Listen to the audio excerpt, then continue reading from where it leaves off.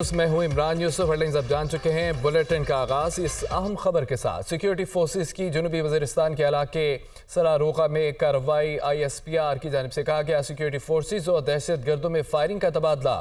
8 دہشت گرد ہلاک ہو گئے ہیں۔ ہلاک دہشت گردوں سے اسلحہ، گولہ بارود اور دھماکہ خیز مواد برآمد ہوا۔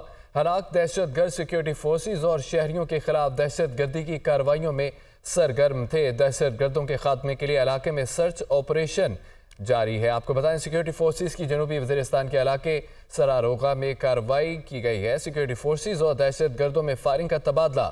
8 دہشت گرد ہلاک ہو گئے ہیں۔ ہلاک دہشت گردوں سے اسلحہ، گولہ بارود برآمد کیا گیا ہے۔ رخ کریں گے جنگ بندی کی طرف تو حماس اور اسرائیل جنگ بندی معاہدہ۔ حماس نے 13 اسرائیلی، 3 تھائی اور 1 روسی شہری کو رہا کر دیا۔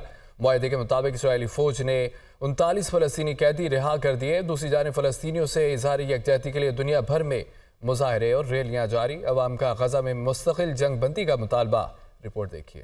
حماس اور اسرائیل نے عارضی جنگ بندی کے تحت یرغمالیوں کے تیسرے گروپ کو بھی رہا کر دیا۔ عرب میڈیا کے مطابق حماس نے 13 اسرائیلی، 3 تھائی اور 1 روسی شہری کو رہا کیا ہے، جبکہ اسرائیل نے 39 فلسطینی قیدی رہا کیے ہیں۔ دوسری جانب غزہ میں عارضی جنگ بندی کے باوجود اسرائیلی فوج کے مقبوضہ مغربی کنارے میں وحشیانہ وار جاری ہیں۔ صہیونی فوج نے مختلف حملوں میں 8 فلسطینیوں کو شہید کر دیا۔ گزشتہ 24 گھنٹے کے دوران اسرائیلی فوج نے 17 فلسطینیوں کو گرفتار بھی کیا ہے۔ ادھر دنیا بھر میں فلسطینیوں کے حق میں ہونے والے مظاہروں کا سلسلہ جاری ہے۔ امریکہ، برطانیہ، آسٹریلیا، اٹلی، جرمنی، بولیویا اور انڈونیشیا میں اسرائیلی مظالم کے خلاف احتجاج اور ریلیاں۔ دنیا بھر کی عوام نے غزہ کی تباہ کن صورتحال پر غم و غصے کا اظہار کرتے ہوئے غزہ میں مستقل جنگ بندی کا مطالبہ کر دیا۔ غزہ میں معاہدے کے تحت امداد پہنچنے کا سلسلہ بھی جاری ہے۔ عرب میڈیا کے مطابق آج کے روز غزہ میں 200 کے قریب امدادی ٹرک پہنچائے جائیں گے۔ ٹرکوں میں خوراک، پانی، طبی سامان اور بنیادی سہولیات کی چیزیں موجود ہیں۔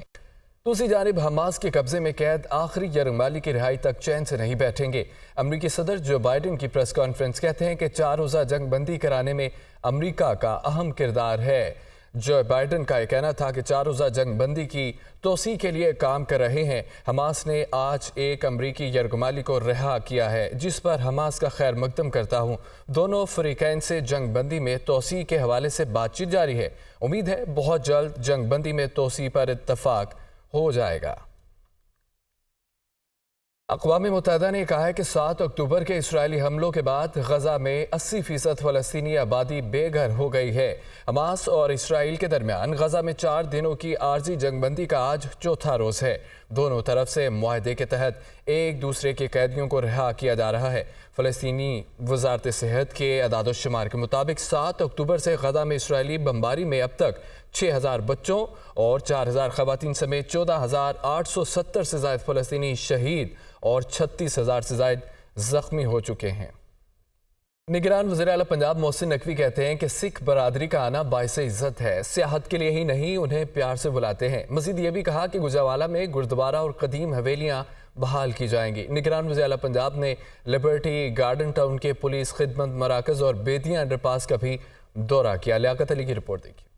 نگران وزیر اعلیٰ پنجاب محسن نقوی سے بابا گرو نانک کی جنم تقریبات پر آنے والے سکھ یاتریوں کے وفد کی ملاقات۔ وزیر اعلیٰ نے وفد کی تجاویز نوٹ کی اور عمل درآمد کی یقین دہانی کرائی۔ محسن نقوی اور IG پنجاب کی یاتریوں سے پنجابی میں بات چیت۔ محسن نقوی کا کہنا تھا کہ ویزے کے معاملے سمیت یاتریوں کے دوسرے مسائل بھی حل کریں گے۔ گوجرانوالہ میں گردوارہ اور قدیم حویلیاں بحال کی جائیں گی۔ دوسری جانب وزیر اعلیٰ پنجاب نے لبرٹی اور گارڈن ٹاؤن کے پولیس خدمت مراکز کا دورہ کیا۔ گارڈن ٹاؤن کی خدمت مرکز کی ٹوکن مشین کا انٹرنیٹ خراب، شہریوں کو مشکلات کا سامنا۔ محسن نقوی کا کہنا تھا کہ ڈرائیونگ لائسنس بنوانے میں تاخیر نہیں ہونی چاہیے۔ وزیر اعلیٰ پنجاب محسن نقوی نے بیدیاں انڈر پاس کا بھی دورہ کیا۔ سائیڈ روڈ کی تعمیر مکمل نہ ہونے پر اظہار برہمی۔ نگران حکومت کے 6 ماہ میں مؤثر پالیسنگ سے املاک سے متعلق جرائم میں 12% کمی۔ محسن نقوی نے جرائم میں کمی کے رجحان کو قابل تحسین قرار دیا اور کہا اسے مزید کم کرنا ہے۔ پولیس کو تمام ممکنہ وسائل مہیا کر رہے ہیں، بہتر کارکردگی کی توقع ہے۔ سیاسی منظرنامے سے خبر یہ ہے کہ MKM پاکستان کی کنوینر خالد مقبول صدیقی کہتے ہیں کہ کراچی کے بیٹے اور وارث آ چکے ہیں، ملک کا اقتدار کراچی کی سڑکوں پر چلے گا۔ مزید کہا کہ ایک ٹاؤن میں جلسہ ہوا تو عوام امڑ آئی، اگر شہر بھر میں جلسے ہوئے تو ہماری اکثریت سب کے سامنے آ جائے گی۔ مزید کیا کہا انہوں نے، سنیے۔ کے ذریعے